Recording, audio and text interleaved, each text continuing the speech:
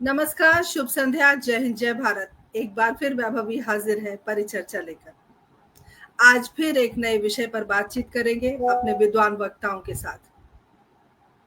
परिचर्चा को तकरीबन 4 साल होने को आए हैं और हमने बहुत सारे संवेदनशील और ज्वलंत मुद्दों पर बातचीत की है। उसी कड़ी में आज एक बार फिर आप सभी का अभिनंदन है, स्वागत है। आज 178वें पायदान पर हम पहुंच गए हैं। अब आप सोचिए, 2 पायदान दूर हैं 80 के, और इतने सारे विषय सूझना बहुत मुश्किल होता है, लेकिन हमारे जो विद्वान वक्ता हैं वो कई बार हमें विषय सुझाते भी हैं और उस विषय पर वार्तालाप करने के लिए अपनी सहमति भी प्रदान करते हैं।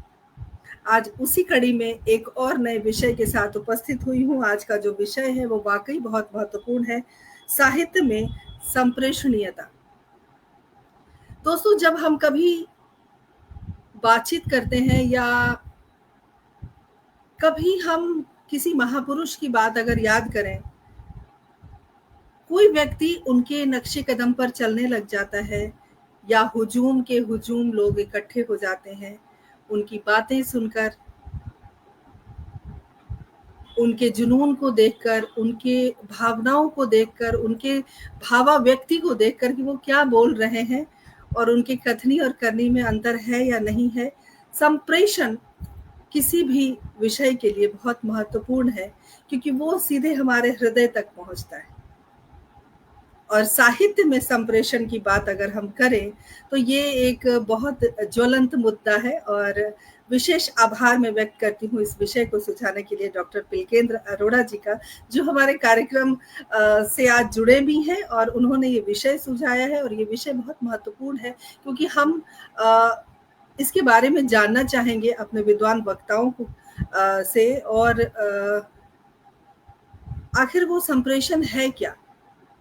क्या जो हम लिखते हैं, अगर हम साहित्य की बात करें तो जो हम लिखते हैं वो हमारे हृदय तक, या जो पाठक है, पाठक के हृदय तक वो बात पहुंचती है?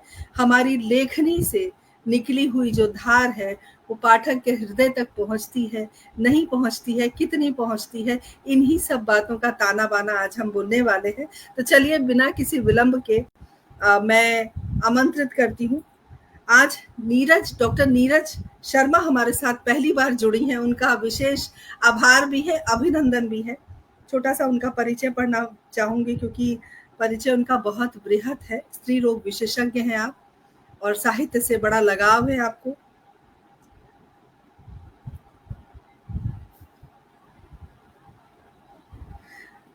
आप BA MS गुजरात से हैं, जामनगर से डिप्लोमा इन एक्सपोर्ट मैनेजमेंट आपने किया है, और साथ ही तकरीबन 40 वर्षों से स्त्री रोग विशेषज्ञ आप रही हैं। स्त्री और प्रसूति रोग विशेषज्ञ हैं आप, और आप वनिका पब्लिकेशन की कर्ता धर्ता भी हैं। आप संचालिका हैं। लेखन के क्षेत्र में भी आपका बड़ा लगाव रहा है, और कविता, गीत, दोहे, गजल, लघु कथा, कहानी, निबंध, व्यंग और मेडिकल के क्षेत्र में भी लेखन आपने किया है। बहुत सारी आपकी पुस्तकें प्रकाशित हो चुकी हैं। आंसू, लावनी, तांटक छंद का पर आधारित है ये। 111 सचित्र मुक्तक आपकी एक पुस्तक है, जिसमें आपके मुक्तकों पर एक चित्र के आधार पर मुक्तक है। ये बहुत खूबसूरत कृति है, सभी को पढ़नी चाहिए। निशब्द नहीं मैं लघु कथा संग्रह प्रकाशित हो चुकी है, और बहुत सारी संपादित कृतियां आपकी हैं। आकाशवाणी नजीबाबाद से नियमित रूप से महिला जगत स्वास्थ्य चर्चा एवं स्वास्थ्य सलाह कार्यक्रमों में वक्ता के रूप में आपने काम किया है। आपका कार्यक्रम प्रसारित होता रहता है। हम आपका तहे दिल से शुक्रिया अदा करते हैं, हम आपका अभिनंदन करते हैं। पहली बार हमारे पटल पर आप शामिल हुई हैं, आपका बहुत बहुत आभार भी व्यक्त करते हैं। साथ ही एक और व्यक्तित्व है वक्ता के रूप में जो हमारे इस कार्यक्रम से पहली बार जुड़े हैं। आप रविकांत सनाढे जी हैं, जो कि सेवानिवृत्त प्राचार्य, राजकीय महाविद्यालय शाहपुर भीलवाड़ा, राजस्थान से। अभी थोड़ी देर में वो आप हमसे रूबरू होंगे, जुड़ेंगे। आप साहित्यकार हैं, कविताएं, व्यंग लेखन, लघु कथा लेखन, स्मरण, संस्मरण, लेखन आदि में आपकी काफी रुचि रही है, बहुत जुड़ाव रहा है और कई सम्मानों से आप सम्मानित हैं। किसी विलंब के बिना। और डॉक्टर पिलकेंद्र अरोड़ा जी को तो हम सभी जानते हैं, प्रसिद्ध व्यंगकार हैं उज्जैन की धरती से, और हमारे इस पटल की कई बार शोभा आपने बढ़ाई है। और आज जिस विषय पर हम बात करने आए हैं, जिस महत्वपूर्ण विषय पर, वो विषय आपने सुझाया है, तो हिंदी साहित्य संस्थान की ओर से विशेष आभार आपके लिए। और चलिए अब हम अपने वक्ताओं का स्वागत करते हैं। बहुत बहुत स्वागत है सर, अभिनंदन है आपका, आप सभी का बहुत स्वागत। नमस्ते सर, एक जो विषय आपने सुझाया है, बहुत सारे हमारे जैसे ही हमने पोस्टर लॉन्च किया तो बहुत सारे संदेश आने शुरू हो गए कि ये इतना सुंदर विषय किसने सुझाया है। तो मैं आपका विशेष आभार व्यक्त करती हूँ कि इतने सुंदर विषय को सुझाने के लिए। और एक महत्वपूर्ण विषय पर बातचीत करने के लिए आज हम फिर मौजूद हैं। कोशिश हमारी यही रहती है कि हम ज्वलंत मुद्दों पर बात करें या महत्वपूर्ण मुद्दों पर बात करें। तो उसी कड़ी में आज हम फिर लेकर आए अपनी बातों को। सर, ये जो विषय आपने सुझाया है, लेकिन मैं चाहती हूँ कि आपसे ही हम इस कार्यक्रम की शुरुआत करें। और साहित्य में संप्रेषणीयता जो विषय है, इसका आशय क्या है, मैं आपसे जानना चाहती हूँ। दूसरी बात, दिल से दिल तक की जो राह होती है लेखनी के माध्यम से, वो कितनी कारगर है आज के समय में। मैं चाहूंगी कि आप प्रकाश डालें ताकि लोग इससे ज़्यादा इसे समझ पाएं, और समझने के बाद मूल्यांकन भी होगा, समझने के बाद उसके ऊपर कार्य भी होंगे। और एक पाठक वर्ग तैयार करना बहुत ज़रूरी है, क्योंकि पाठक कहीं लुप्त होते जा रहे हैं। तो मुझे लगता है कि हम बिना किसी विलंब के इस विषय पर चर्चा करते हैं। और आदरणीय डॉक्टर पिलकेंद्र सर से मैं आग्रह करती हूँ कि इस विषय पर आप प्रकाश डालें। स्वागत है। धन्यवाद। सबसे पहले तो आपको 178वें इस एपिसोड के लिए हार्दिक बधाई और आपका हार्दिक अभिनंदन, और मुझे आमंत्रित करने के लिए आपका आभार। साहित्य में संप्रेषणीयता कोई नया विषय नहीं है, बड़ा ही पुराना विषय है, और समय समय पर लोगों ने इस पर काफी चर्चाएं, परिचर्चाएं भी की और चिंताएं भी व्यक्त की हैं। मतलब जिस साहित्य यानी जितनी विधाएं हम लोग जानते हैं, कविता है, निबंध है, व्यंग है, संस्मरण है, कहानी है, उपन्यास है, उसकी भाषा शैली क्या हो, उसमें जो रचनाकार के भाव हैं, क्या उस रचनाकार के जो विचार हैं, उस रचनाकार की जो अनुभूतियां हैं, वे भाव, वे विचार, वे अनुभूतियां क्या पाठकों तक सही सही ढंग से प्रेषित हो पाते हैं? अगर वो प्रेषित हो गए हैं तो हम मान के चलेंगे कि साहित्य में संप्रेषणीयता है, और अगर नहीं होते तो हम ये माने कि साहित्य में संप्रेषणीयता का अभाव है। आखिर हम लिखते पाठक के लिए हैं। अभी जिस भाषा में आप बोल रहे हैं, जिस भाषा में मैं बातचीत कर रहा हूँ, सारे श्रोता उस बात को समझ सकते हैं। तो हम साहित्य के लिए किसी विशिष्ट भाषा या किसी कठिन जटिल शब्दों का उपयोग क्यों करें?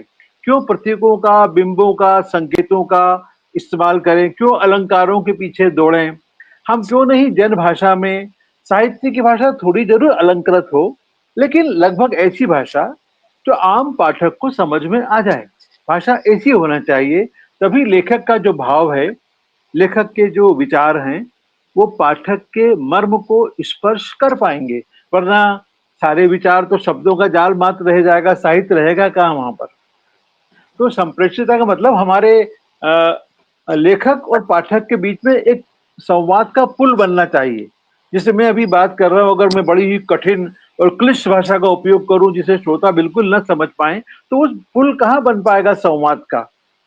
एक संवाद वाहन की यानी संप्रेषण की एक पुस्तक हुआ करती है, यहाँ बीए बीकॉम में चलती है, उसमें एक चित्र बना हुआ है कि एक मैनेजर के मस्तिष्क से उपजने वाले सारे विचार उसके अधीन काम करने वाले जितने भी प्रबंधक हैं, उनके दिलो दिमाग में पहुंचना चाहिए।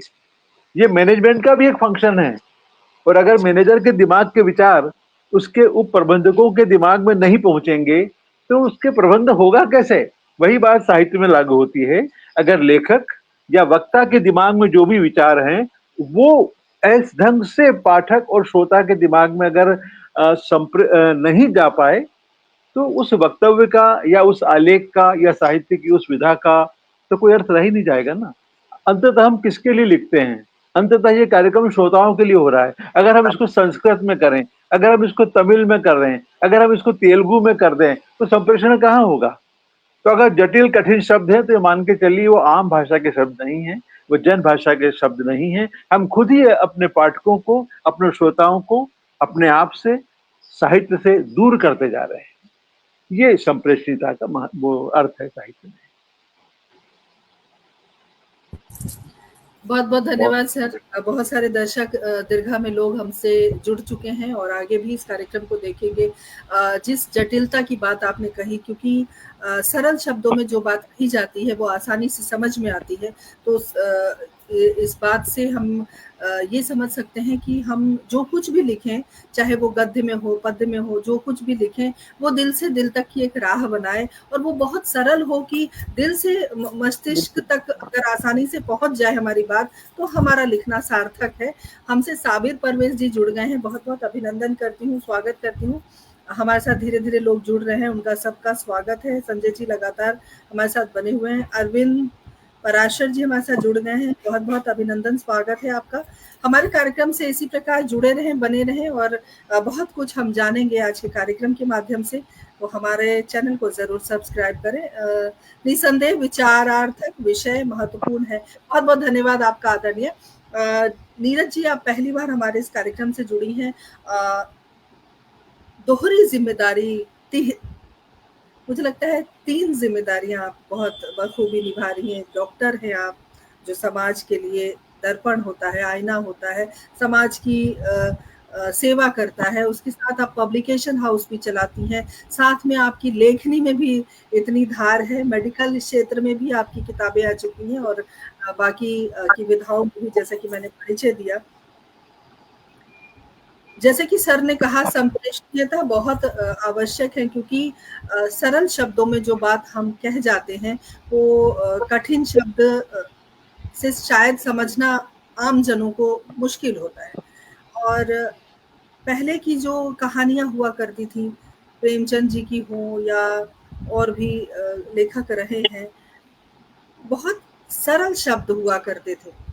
और सरल शब्दों में अच्छा कुछ और भी लोग मिलते हैं जीवन में सर, मैंने देखा है कि आपसे ये कहते हैं कि क्लिष्ट शब्दों का प्रयोग, शुद्ध हिंदी में लिखो। तो शुद्ध हिंदी में आप लिखो और आपके सिर के ऊपर से चीजें गुजर जाएं, सामने वाले को, जो पाठक है, जो पढ़ना चाहता है, जिसे रुचि है पढ़ने में, वो समझ ना पाए तो निष्क्रिय है शायद ये लेखक। डॉक्टर नीरज, आप कितना सहमत है इस बात से? आपका स्वागत।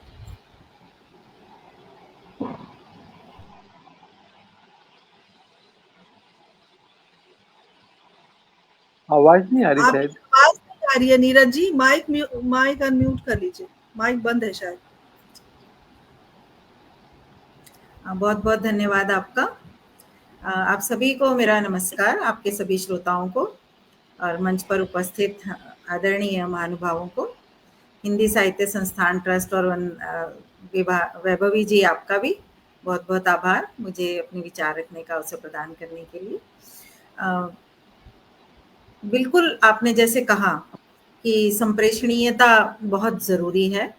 चूँकि संप्रेषण यानी कम्युनिकेशन, इसका अगर हम शाब्दिक अर्थ देखते हैं तो अपनी बात, अपने विचार, अपनी अनुभूतियाँ जैसी हमने सोचा है उसी स्वरूप में, जैसा हमने अनुभव किया है उसी अनुभव को दूसरों तक ऐसे ही एज इट इज पहुंचाना संप्रेषण कहलाता है।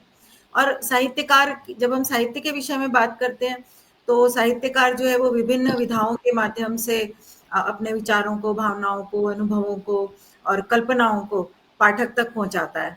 तो ये प्रक्रिया संप्रेषण कहलाती है। हमारे एक काव्य शास्त्र में जो संप्रेषण का सिद्धांत जिन्होंने प्रतिपादित किया है ऐसे हमारे प्रतिपादक जो हैं वो आई ए रिचर्ड्स माने जाते हैं।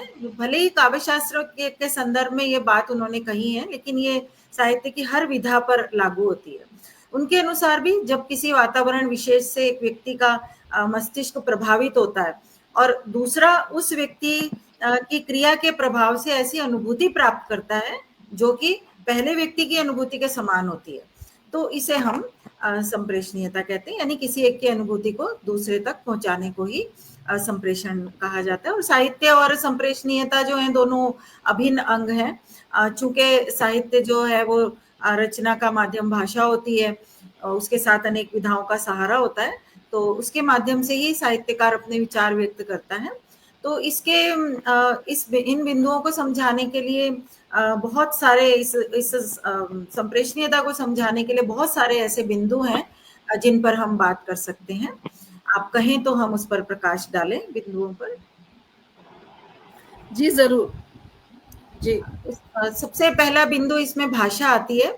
चूंकि साहित्यकार जो है वो अपनी अभिव्यक्ति के लिए कैसे शब्दों का, वाक्य विन्यास का प्रयोग करता है, भाषा को कैसे अलंकारों के माध्यम से सजाता है, संवारता है, जिससे कि गद्य हो या पद्य सही तरीके से जिसका उसका अर्थ समझ में आ जाए, बल्कि उसके लेखन का उद्देश्य, उसके पीछे की छिपी भावनाएं, उसकी छवियां भी पाठक के दिमाग में अंकित हो सके। तो साहित्यकार द्वारा बहुत सरल, सुस्पष्ट और अच्छी सशक्त भाषा का जो प्रयोग है वो वांछनीय होता है ताकि संप्रेषणीयता सुगम हो। और इसके विपरीत अगर जटिल, कठिन और अस्पष्ट भाषा का प्रयोग किया जाए तो वो संप्रेषणीयता में बाधक होती है।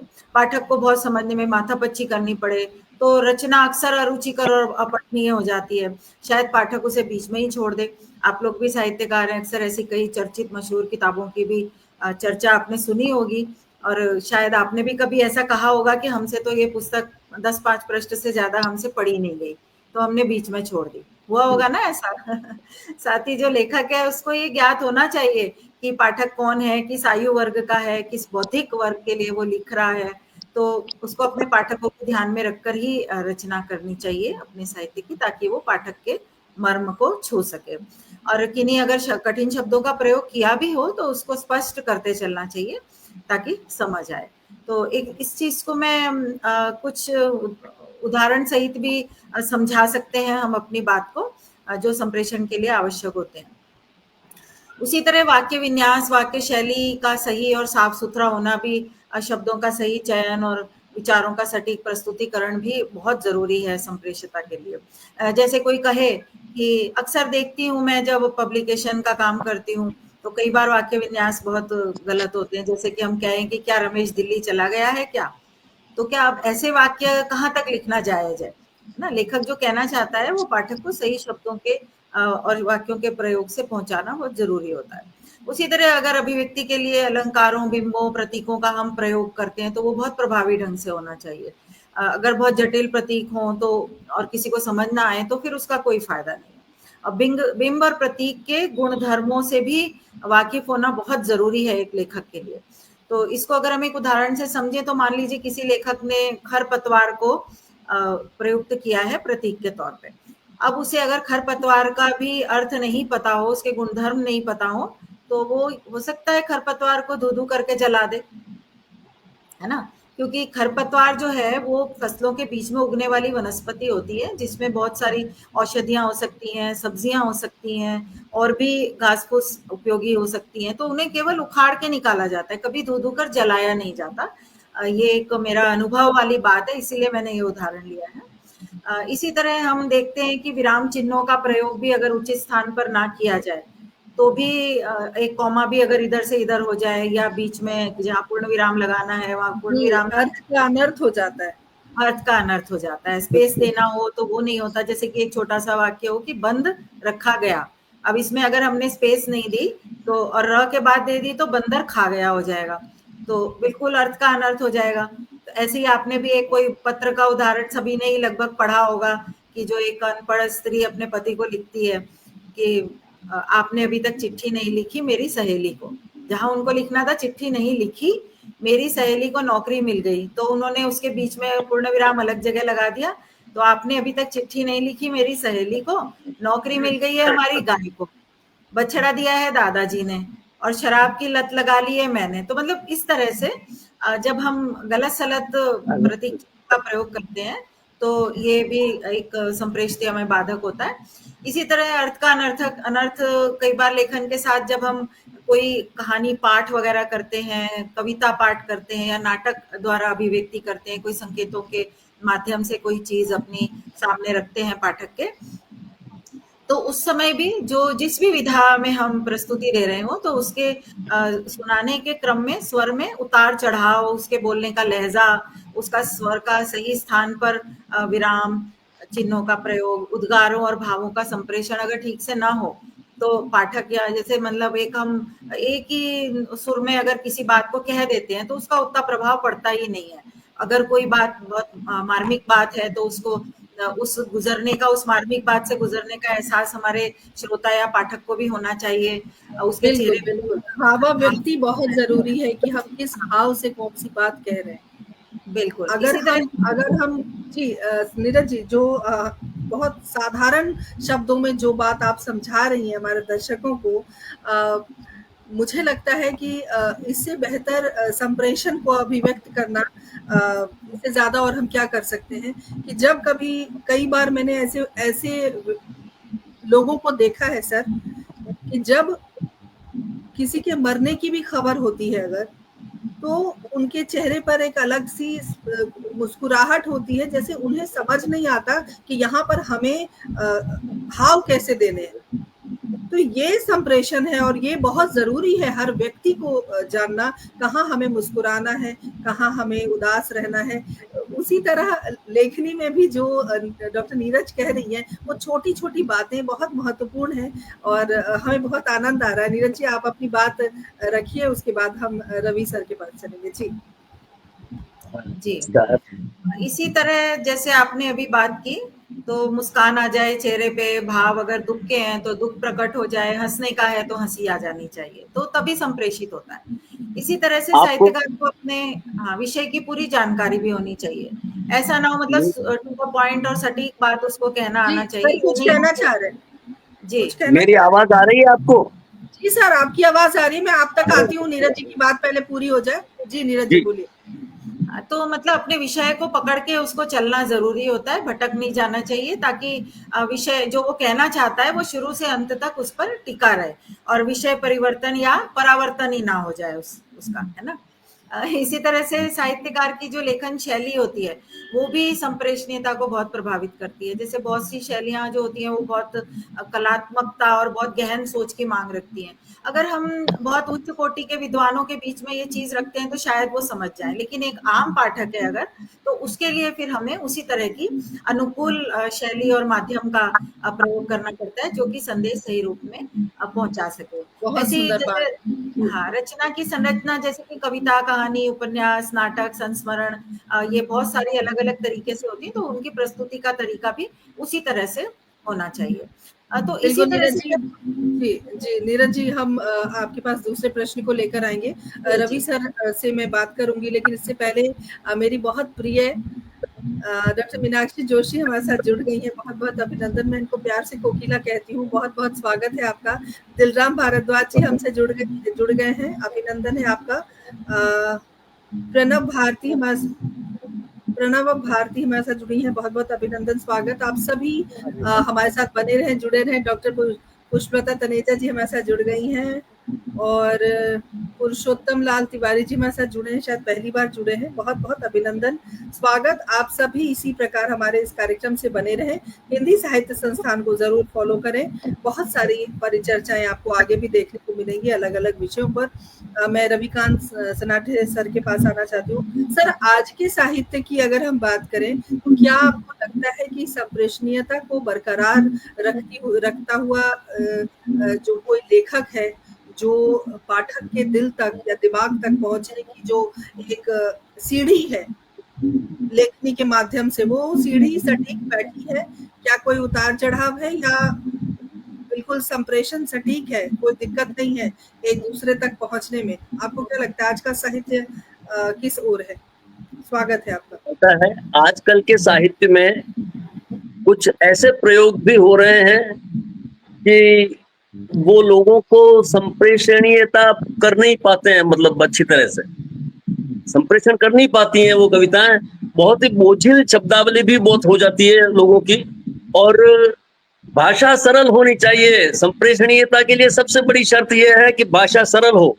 मैं क्या, सरकार के लिए कभी कभी जो ये प्रौढ़ शिक्षा और ये जो चलते हैं उपक्रम, इनके लिए मुझे कहा जाता है कि आप वो लिखिए स्लोगन।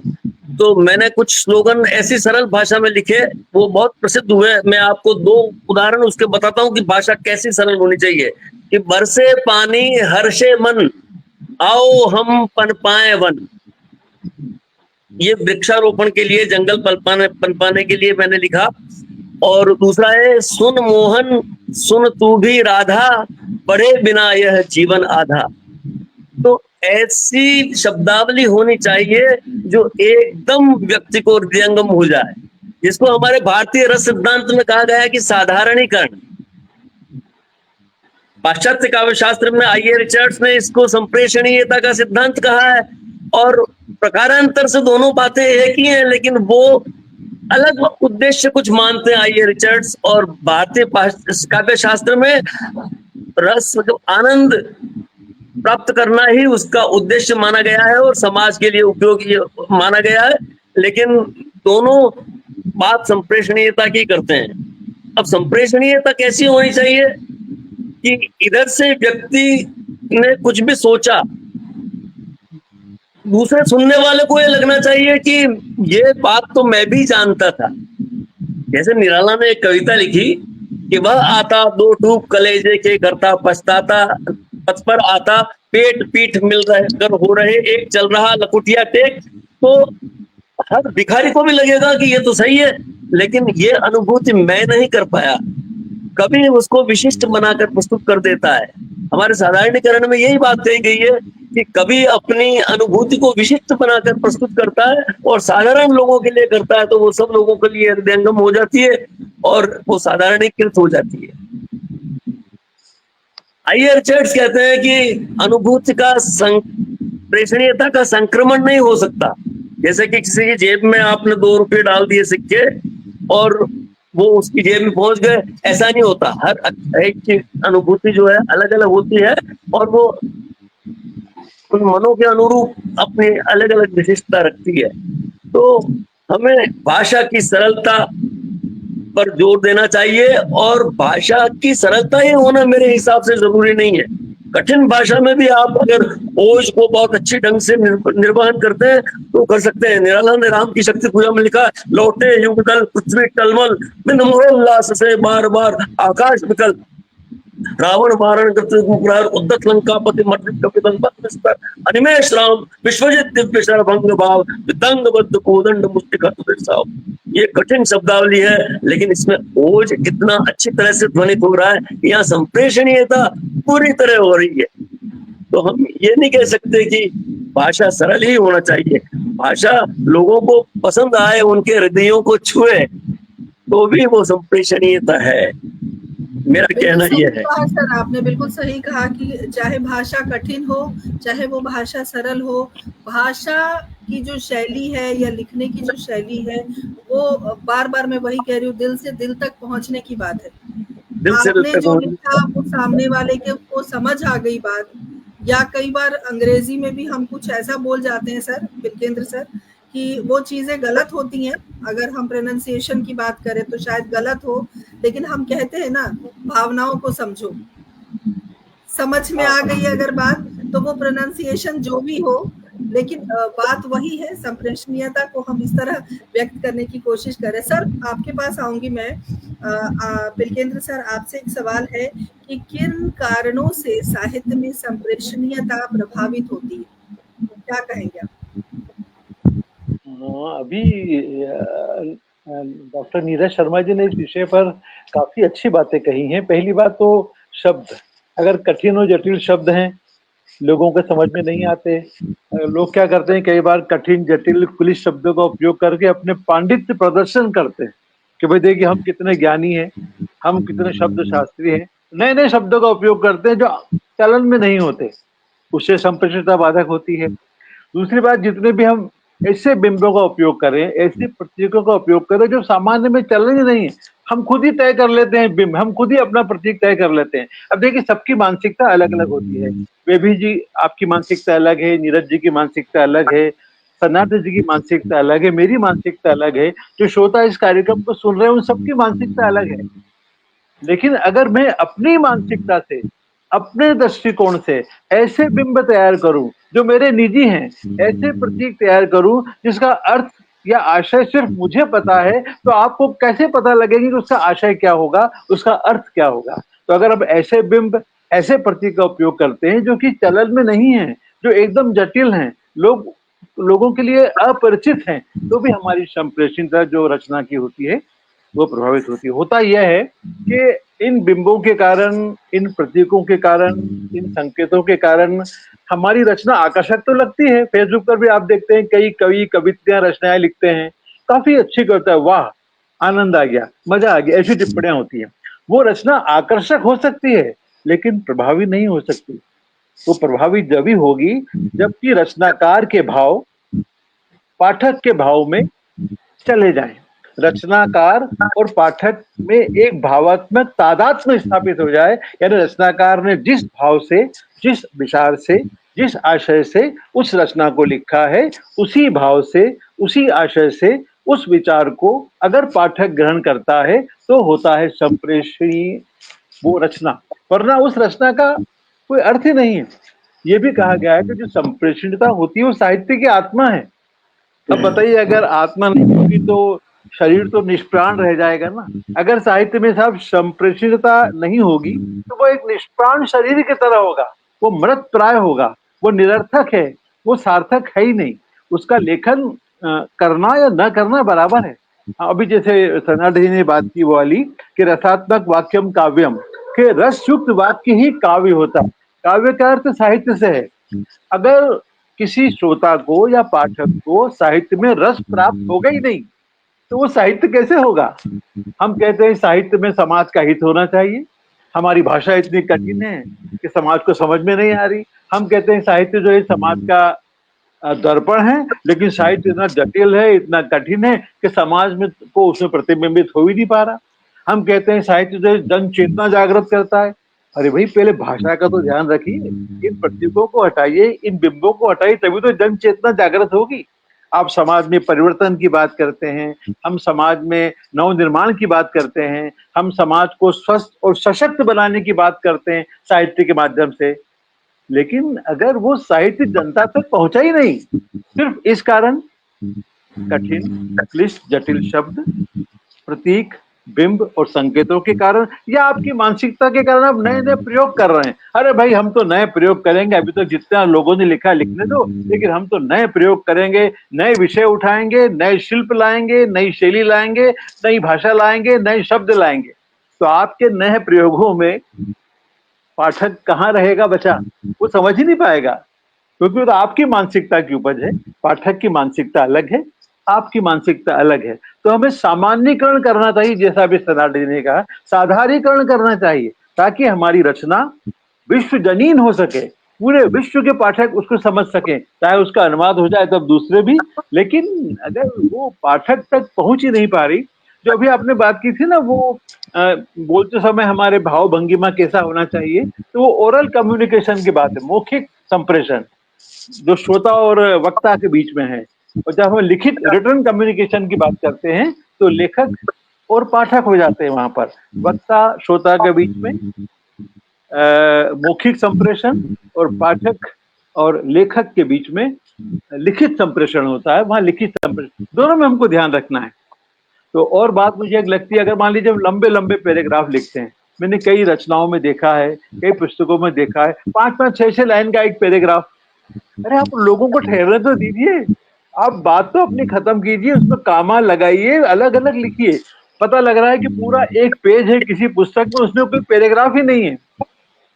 तो पैराग्राफ न होने के कारण या लंबे लंबे वाक्य होने के कारण या लंबे लंबे पैराग्राफ होने के कारण भी रचना की संप्रेषणीयता प्रभावित होती है। सिंपल सी बात है, हम अपने घरों में सीढ़ियां होती, हाँ सीढ़ियां होती है, सीढ़ियां छोटी छोटी होती है, हम चढ़ते हैं, उसके बाद एक वो आता है फोर्स, वो आता है चोक आता है, जहां कि हम रुकते हैं। तब धीरे धीरे धीरे अपनी बात छोटे छोटे वाक्यों में आप रखें। अगर सीढ़ियां ऐसी ऊंची होगी तो चढ़ने में कितनी दिक्कत होती है। मान लीजिए सीढ़ियां ऊंची है बिल्कुल पुराने महलों की तरह, तो पाठक को कितना कठिन होगा। पाठक को बिल्कुल आराम सर। चाहिए, पैराग्राफ। ऐसी सीढ़ियों पे जब हम चढ़ते हैं तो हम कहते हैं कि पता नहीं किसने बनाया, इतनी ऊंची सीढ़ी क्यों बना दी, चढ़ने में दिक्कत हो रही है। तो उसी तरह पाठक को भी पता क्योंकि नहीं कैसे शब्दों का प्रयोग कर रहा है, क्या लिखा है लेखक ने। तो इस तरह की विचारधाराएं मन में आती है। बिरकेंद्र सर, आपका बहुत आभार, बहुत सुंदर। वो जो पैराग्राफ होता है ना, पैराग्राफ के कारण एक हम कहते हैं ब्रेक आता है पाठक के, एक ब्रेक, और उसके बाद फिर वो शुरू होता है। अगर पैराग्राफ ही नहीं है तो पाठक तो बेचारा थक जाएगा आखिर तक आते आते। तो वो संप्रेषणीयता वहां भी प्रभावित होती है। बिल्कुल सही कहा आपने। बहुत सारे दर्शक दीर्घा में हमारे श्रोता जुड़ गए हैं, उनका हम अभिवादन करते हैं, क्योंकि आप हैं तो हम हैं। आपके कारण ही हमारा कार्यक्रम इतना सुंदर, इतना सुचारू रूप से अभी तक चल रहा है। बहुत अभिनंदन है। प्रणव भारती जी लगातार बनी हुई, डॉक्टर दमयंती शर्मा हमारे साथ जुड़ी हैं, अभिनंदन करती हूँ। आपका बहुत बहुत स्वागत है। मीनाक्षी जी लगातार बनी हुई है। उसके अलावा हमारे साथ अनीता रश्मि जी जुड़ी हैं, अभिनंदन है आपका। पुरुषोत्तम लाल तिवारी जी हमारे साथ जुड़े हैं, बहुत बहुत स्वागत, अभिनंदन है। कुछ संदेश भी हैं, कुछ शायद प्रश्न भी है, मैं भी दूंगी। हमारे साथ कृष्ण मोहन शर्मा जी जुड़े हैं, कवि गणपत लाल उदय जी हमारे साथ जुड़े हैं, बहुत बहुत अभिनंदन करती हूँ, बहुत स्वागत करती हूँ। और हमारे इस कार्यक्रम से हमारे बड़े भाई साहब सोहन लाल शर्मा प्रेम जी जुड़ गए हैं, बहुत बहुत अभिनंदन। निरंजन झा दिव्येश जी हमारे साथ जुड़े हैं, बहुत बहुत स्वागत, अभिनंदन करती हूँ। आप सब हमारे पटल से जुड़े रहे, बने रहे। हमारे हिंदी साहित्य संस्थान को जरूर फॉलो करें, क्योंकि बहुत सारी जानकारियां आपको प्राप्त होती हैं। अलग अलग विषयों पर हम बात करते हैं, एक तरह का हमारा गूगल बन गया है सर। हर विषय पर चर्चा होती है, तो गूगल कर सकते हैं आप हिंदी साहित्य संस्थान को, और हर विषय की जानकारी हमारे एक्सपर्ट के द्वारा दी जाती है। हमारे साथ अरविंद लगातार बने हुए हैं, कुसुम शर्मा जी। 178 विषय तो दिखे रहे, 178 विषय तो सामने दिखे रहे आपके। जी जी बिल्कुल 178 विषयों पर आप परिचर्चा का आयोजन कर चुके हैं, बहुत बड़ी बात है। जी, बहुत धन्यवाद सर। कुसुम शर्मा जी हमारे साथ जुड़ी हैं, अभिनंदन करती हूँ, स्वागत करती हूँ। हमारे साथ पटल के मुख्य सलाहकार आदरणीय सुनील शर्मा सागर जी जुड़ गए हैं, बहुत बहुत स्वागत, अभिनंदन करती हूँ। और सभी एक सुर में कह रहे हैं, सही बात है, सही कहा, सभी वक्ता अच्छा बोल रहे हैं और इस विषय को अच्छी तरह से प्रस्तुत कर रहे हैं, तो सभी का अभिवादन। डॉक्टर नीरज, आप पब्लिकेशन हाउस भी चलाती हैं। कई बार हमने देखा है कि जब हम कुछ लिखते हैं तो लिखने की कोई भी भाषा हो, चाहे हम हिंदी में लिखें चाहे हम उर्दू में लिखें, आपको क्या लगता है कि जो कठिन शब्द मान लीजिए उर्दू के हैं, क्योंकि किताबें तो आप हर विषय की छापती होंगी, तो उर्दू के जो शब्द होते हैं, क्या संभव है या हिंदी के ही शब्द हैं, अगर वो क्लिष्ट हैं, अगर वो कठिन हिंदी है, तो उसके बगल में ब्रैकेट में उसका मतलब लिखना चाहिए कि इसका मतलब ये है, तो आसानी से समझा जा सकता है। जी, मैंने जैसे पहले भी कहा कि अगर हम कोई बहुत जटिल क्लिष्ट शब्दों का अगर हम प्रयोग कर रहे हैं, तो उसको स्पष्ट करते चलना चाहिए। जैसे हम देखते हैं गज़लों में अक्सर होता है उर्दू के शब्द बहुत आ जाते हैं, तो एक जो पेज की लाइन सबसे नीचे का हिस्सा जो होता है, उसकी लाइन के नीचे हम अक्सर कोशिश करते हैं कि सही शब्द वहाँ लिख दें कि पाठक को जाके डिक्शनरी ना देखनी पड़े, शब्दकोश का प्रयोग ना करना पड़े। तो ये मैं मानती हूँ कि ये बहुत ज़रूरी होता है। और एक चीज़ और भी होती है कि जब हम हिंदी में लिख रहे हैं, लेकिन बहुत सारे हमारे ऐसे कॉमन शब्द होते हैं जो हिंदी उर्दू दोनों में होते हैं, तो जो उर्दू के शब्द हम लिखते हैं तो उनको फिर उर्दू की तरह से एक बहस अक्सर चलती है नुक्ता लगाने की, है ना। तो जैसे जहीन शब्द है, अब जहीन का कुछ अर्थ नहीं होता, उसका उच्चारण होता है ज़हीन। जब हम ज के नीचे नुक्ता लगाएंगे तभी वो शब्द सही होगा। तो ऐसे शब्दों का भी अक्सर उसमें ध्यान रखना चाहिए, चूंकि मैं बहुत ध्यान रखती हूँ। बहुत लोग इस तरह पर बहस भी करते हैं कि हिंदी में तो नुक्ते नहीं होते हैं, हिंदी में चंद्रबिंदी और सिंगल बिंदी अब शुरू हो गई है, चंद्रबिंदी खत्म हो गई। तो इन चीजों का भी ध्यान रखना चाहिए जो हम लिपि लिखते हैं, और ये तो बहुत ही जरूरी है कि जटिल शब्दों को आप उसको स्पष्ट करते जाए।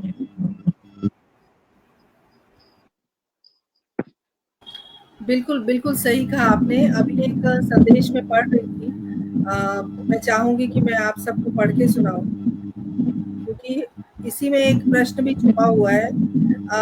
अरविंद जी ने लिखा है कि पाठकों की विविध श्रेणियां होती हैं, लेखक अपने पाठकों को चुनकर लिखता है, साहित्य रुचि का संस्कार भी करता है, पाठकों के वर्गों के आधार पर भी संप्रेषणीयता के मानदंड स्थापित होने चाहिए। क्या आप लोग इस बात से सहमत हैं? पाठक हमारे किस वर्ग के हैं ये ध्यान रखा जाना चाहिए ना, लेकिन अक्सर अंतिम लक्ष्य तो पाठक होना चाहिए, लेकिन आलोचक या समीक्षकों के लिए हमको नहीं लिखना चाहिए। अब होता क्या है, आज के साहित्यकार साहित्यकारों के लिए ही लिखते हैं। एक व्यंग्यकार व्यंग्य लिख रहा है तो अपने वरिष्ठ को प्रभावित करने के लिए लिख रहा है, या वो चाहता है कि उसका व्यंग्य कोर्स में शामिल हो जाए, या वो चाहता है कि समीक्षक उसको सही ढंग से देखे, या आलोचक उससे प्रभावित हो। खासकर तो आजकल वरिष्ठों को प्रभावित करना ही लेखकों का उद्देश्य रह गया है। अरे भाई, वरिष्ठों को छोड़िए, जो उद्देश्य हमारे साहित्य का पाठक, समाज, राष्ट्र, उसकी ओर हमको जाना है। तो एक सीमित पाठक वर्ग से अच्छा है कि हम बहुसंख्यक पाठक वर्ग को अपनी रचना धर्मिता से, अपने रचना कर्म से प्रभावित करें। एक उदाहरण मुझे अभी ध्यान आया बात करते करते, जो फिर उससे अलग हो जाएगा।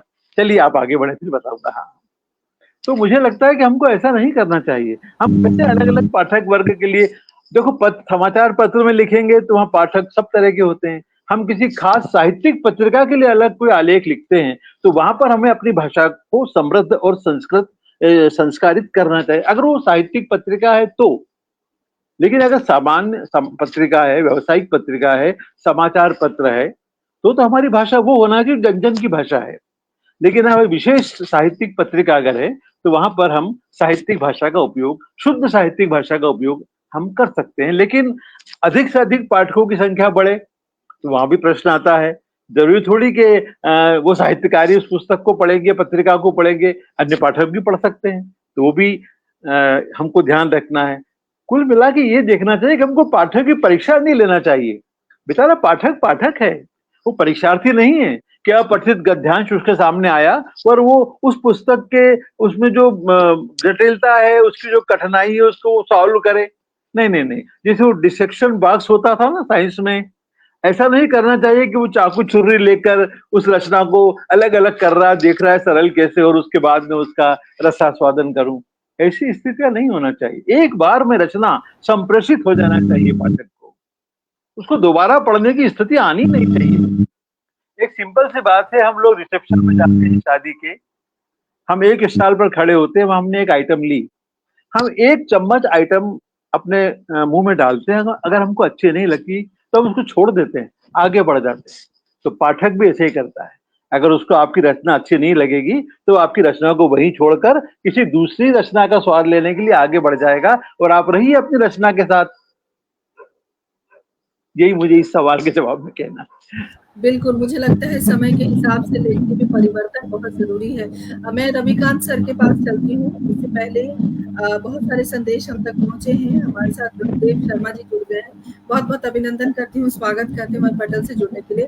रविकांत सर, आज अगर हम की दुनिया की बात करें या यूट्यूब पर बात करें या ज़्यादातर सोशल मीडिया पर टीनेजर हैं, बच्चे हैं, वो भी हमारे जो नवयुवक है, नवयुवतियां हैं, वो भी पाठक वर्ग तैयार हो रहा है। तो ऐसे आजकल के बच्चों को बहुत ही ज्यादा अलग भाषा की जरूरत होती है। वो इतने क्लिष्ट हिंदी या क्लिष्ट अलग भाषा, या उन्हें बहुत जो उनकी भाषा में कहे ना कूल लगना चाहिए, तो वो ही चीजें उन्हें पसंद आती है। आपको क्या लगता है कि उनको मद्देनजर रखते हुए क्या लेखनी की भाषा बहुत ज्यादा उनके हिसाब से एक कहते ना, एक उर्दू में शब्द है मुलायमियत, वो मुलायमियत रखनी पड़ेगी ताकि उनके समझ में आए, उनके जहन में वो बात पहुंचे और वो पीढ़ी तैयार हो पाठक की। आपको क्या लगता है, उनके हिसाब से लिखना जरूरी है?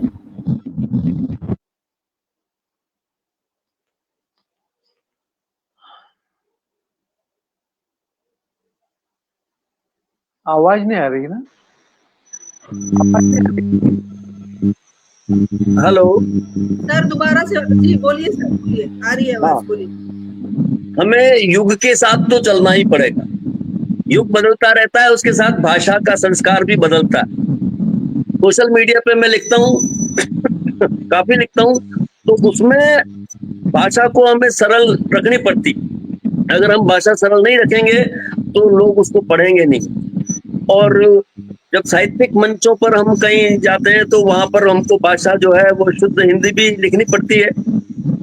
कई जगह पे कुछ मध्यम मार्ग भी अपनाना पड़ता है। तो ये पाठक कैसा चाहता है। दूसरी एक बात मैं और कहना चाहता था कि पाठक से संवाद स्थापित होना जरूरी है।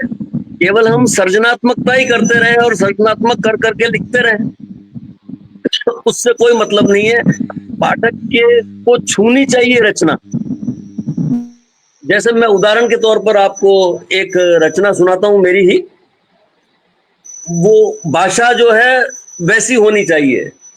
जैसे मैंने गाजर घास उगी हुई देखी कई जगह पर, तो उसके ऊपर मैंने लिखा कि जी हाँ, मैं हूं गाजर घास, चहूं और उगी हुई हूं आपके आसपास। शुभ्र चांदनी से धवल हैं मेरे सुंदर फूल, जिनके भीतर निहित हैं पीड़ाओं के शूल।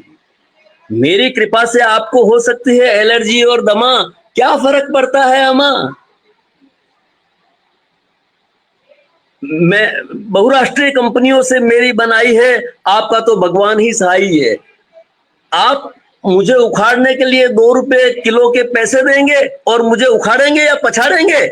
नहीं जी, भारतीय जनता 20 रुपए की एक बोतल बिस्लेरी की पीती है और करोड़पति बनने के सपनों में जीती है। आप मुझे उखाड़ेंगे या मुझे पछाड़ेंगे? नहीं, आपका तो भगवान ही सहाई है, आपका तो भगवान ही सहाई है। तो ये इस तरह की कविताएं जो सोशल मीडिया पर अगर हम लिखेंगे तो उसका स्वागत होगा। ऐसी कविताओं का स्वागत होता है। और अगर आप बहुत ही जटिल कविताएं लिखेंगे तो उनको कोई नहीं पढ़ेगा।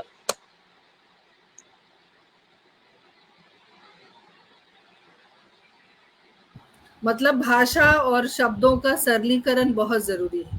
बहुत जरूरी जितनी है। सरल भाषा है उतने अच्छे पाठक आपको मिलेंगे। और वो वही बात होगी कि आपने जैसे कि कहा, पिलकेंद्र सर ने अभी कहा कि हम किसी स्टॉल पे जाते हैं, एक चम्मच हम कोई चीज मुंह में रखते हैं, अगर स्वाद अच्छा लगता है तो हम उसे खाते हैं, नहीं तो साइड में रख देते हैं। तो पाठक भी उसी तरह है। जैसे कि आप सब ने अपने अपने विचार व्यक्त किए, बहुत सुंदर वक्तव्य आप सभी का, बहुत सारे संदेश हम तक पहुंच रहे हैं, जिससे प्रतीत हो रहा है कि आज की जो चर्चा है वो बहुत ही सरलता से लोगों के समझ में आ रही है। तो संप्रेषणीयता की बात अगर हम कर रहे हैं तो वो संप्रेषण यहाँ पर 100% है यहाँ। डॉक्टर दमयंती शर्मा जी का पुनः मैं आभार व्यक्त करती हूँ हमसे जुड़ने के लिए। और भाषा सरल ना हो तो लोकप्रिय नहीं होगी, ये डॉक्टर पुष्पलता तनेजा जी कह रही हैं, जो केंद्रीय हिंदी निदेशालय में निदेशक के पद पर रही हैं दिल्ली में। और भाषा के विषय में जो हिंदी के लिए बहुत कार्य इन्होंने किए हैं। तो बहुत सही बात इन्होंने कही।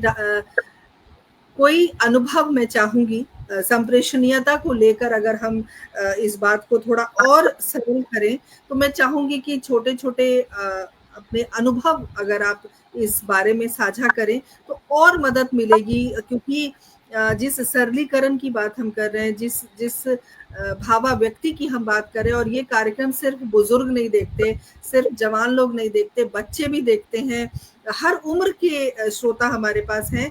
तो ये जो विषय है, ये विषय सरल रूप में लोगों तक पहुंचे। तो मुझे लगता है कि अगर छोटा छोटा आप सब अपना अनुभव साझा करें, अब अपनी लेखनी के माध्यम से कभी ऐसा अवसर आया जब संप्रेषणीयता को लेकर, क्योंकि शुरू के दिनों में हमारी लेखनी कुछ होती है, धीरे धीरे हम मंझते हैं और धीरे धीरे हमारी लेखनी परिवर्तित होती है। एकदम से कोई प्रेमचंद नहीं बन जाता रातों रात। तो उस हिसाब से हम बदलते रहते हैं, हमारी लेखनी बदलती रहती है। तो सर मैं नीरज जी आपके पास आती हूँ, क्योंकि पब्लिकेशन हाउस है आपका और बहुत सारी किताबें आपकी नज़र से गुजरती होंगी, बहुत सारा आप काम करती हैं इस क्षेत्र में। कोई ऐसा अनुभव है जो इस विषय को समझाने में और मदद कर सके। हमारे पास 10 मिनट का समय है, उसके बाद आप सबके संदेश भी हमें चाहिए, तो बहुत छोटा अगर कोई संस्मरण है तो आप हमें सुनाएं।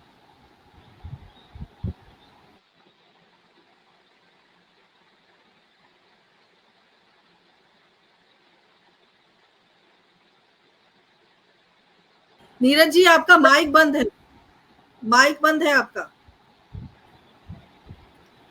जी, अक्सर ये तो भाषा शैली और विन्यास की बात तो अक्सर देखने को मिलती ही है, और मैं बहुत सारे लोगों को, कोई संपादन तो मैं नहीं करती हूँ, लेकिन मैं उनको सुझाव अवश्य देती हूँ कि आप इसको थोड़ा चेंज कर लें, इसकी भाषा को थोड़ा चेंज कर लें, या इन क्लिष्ट शब्दों को चेंज कर लें, या वाक्य विन्यास को आप थोड़ा ठीक कर लें, ताकि एक तो आपकी तारतम्यता बनी रहे, आप जिस चीज को लेके चले हैं, ऐसा ना हो कि अगली ही वाक्य में वो बिल्कुल ही डिफरेंट आ जाए। उसमें आप कोई कहानी ले रहे हैं, पहले पैराग्राफ के साथ अगले पैराग्राफ का कोई तारतम्य नहीं है, संप्रेषण होगा ही नहीं। तो इन चीजों के लिए मुझे अक्सर, जैसे अभी एक उपन्यास मेरे पास था, तो उस उपन्यास की भाषा बहुत ही, जिसको हम बोलते हैं ना, एवरेज से भी बिलो एवरेज टाइप की भाषा थी। अब वो उन्होंने कोई पहली पुस्तक आई होगी, वो भी इसी तरह की आई होगी, तो उन्होंने किसी ने उनकी समीक्षा लिख दी, और उसमें बहुत ज्यादा सार्वजनिक रूप से उस समीक्षा की आलोचना, बल्कि कह सकते हैं, कर दी। अब वो तो बिल्कुल लेखन ही छोड़ने को तैयार कि मैं तो किताब ही नहीं छपवानी है मुझे, मेरी इतनी बुरी तरह से आलोचना कर दी है। मैंने कहा, जब आपने लिखा है तो अगर आलोचना हुई है तो आपको उसको सुधारना चाहिए, ताकि आपकी भाषा ठीक हो जाए। तो बल्कि मुझे उस पूरे उपन्यास में, उनकी पूरी उपन्यास की एक एक वाक्य को मुझे उनके ठीक करना पड़ा। वो इस वजह से मुझे लगा कि एक उभरती हुई लेखिका है, और कहीं ये बिल्कुल ही लेखन ना छोड़ दे, क्योंकि विषय बहुत अच्छा था और उठाया भी वैसे अच्छे तरीके से था, लेकिन वही वाक्य विन्यास वाली बात थी। तो पूरा उपन्यास मैंने अपनी तरफ से मेहनत करके वो ठीक किया। तो ऐसे बहुत सारे अनुभव होते हैं जहाँ मुझे लगता है कि मैं एक पाठक के तौर पर बात आपने कही, और आज इस पटल के माध्यम से मैं आपको साधुवाद देती हूँ। किसी की लेखनी रुकने से रह गई और आपने इतनी कोशिश की, उनके लिए बहुत साधुवाद। पिलकेंद्र सर, अगर संप्रेषणीयता के नाम पर फुहड़ता परोसी जाती है लेखनी में, तब आप क्या कहेंगे? सर, आपकी आवाज नहीं आ रही। आपकी आवाज नहीं, बहुत धीमी आ रही है। आप खुद आप एयरफोन निकाल लीजिए सर।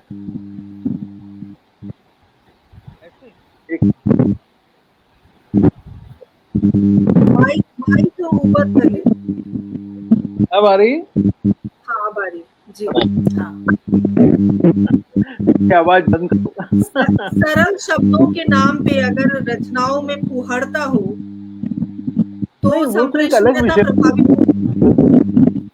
नहीं, वो होगी ना। कई लोग उसको पढ़ना पड़ेंगे, लेकिन कई ऐसी मानसिकता के होते हैं जो उसको पढ़ेंगे। जो चाहते हैं ओटीटी पर फिल्में देखना, वो तो देखेंगे, जो नहीं चाहते वो नहीं देखेंगे। ये एक अलग विषय हो गया।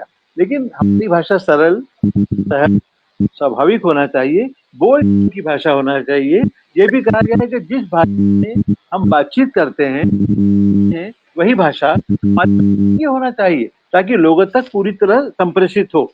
रामचंद्र शुक्ल जी की एक कथन है, वो मैं कोट करना चाहूंगा। एक की अनुभूति को दूसरे के हृदय तक पहुंचाना ही कला का उद्देश्य होता है। हमारी अनुभूति पाठक या श्रोता के हृदय तक नहीं पहुंची तो हमारी कला व्यर्थ है। साहित्य भी तो एक कला है। हमारी कला, रचना कला एक व्यर्थ है अगर हमारी अनुभूति पाठक या श्रोता की अनुभूति तक नहीं पहुंची, या वो जो भावात्मक तादात्म्य स्थापित होना चाहिए, अगर वो नहीं हुआ। अब देखिए कितनी महत्वपूर्ण बात वो आगे कहते हैं कि हर रचनाकार का एक दायित्व होता है कि वो पाठक को अपना सहभोक्ता बना ले।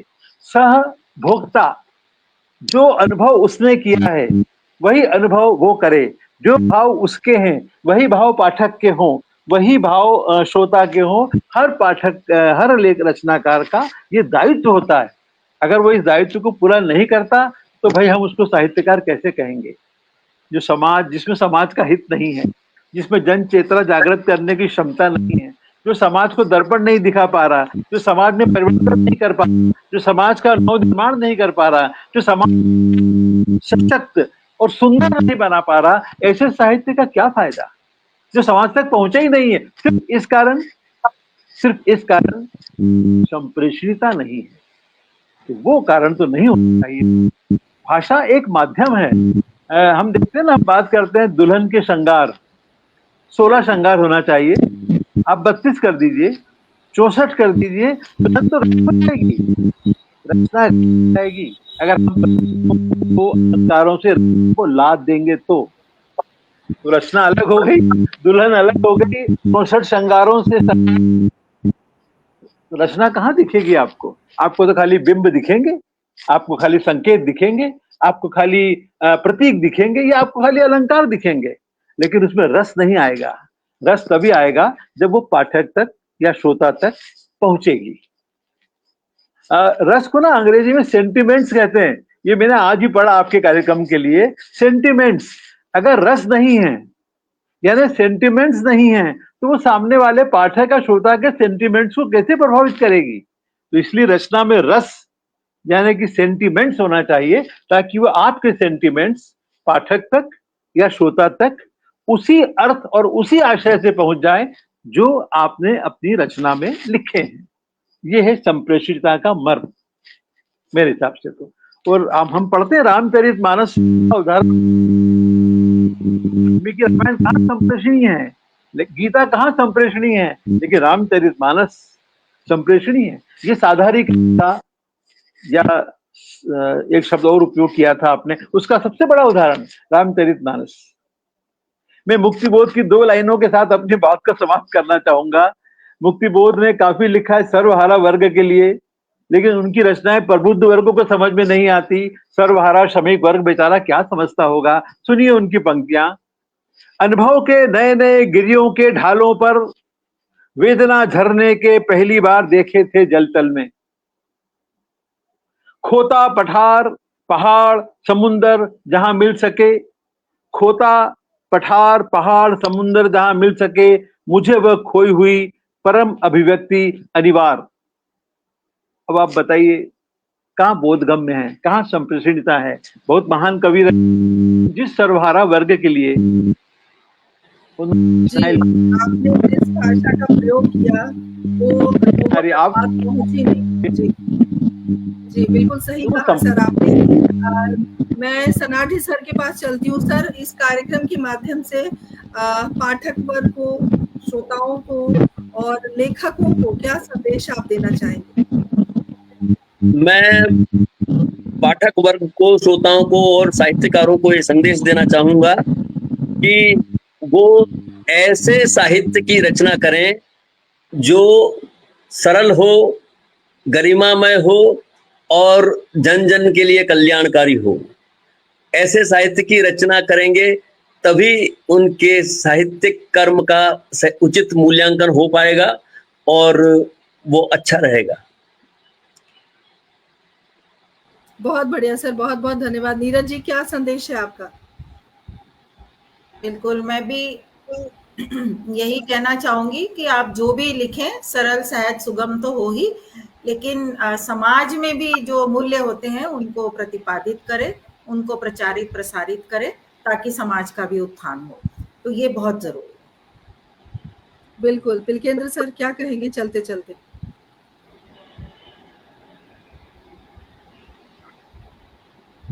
माइक जी। महात्मा गांधी ने कहा था ना कि सब अपने माइक बंद कर लीजिए, इको हो रहा है, आवाज नहीं आ रही।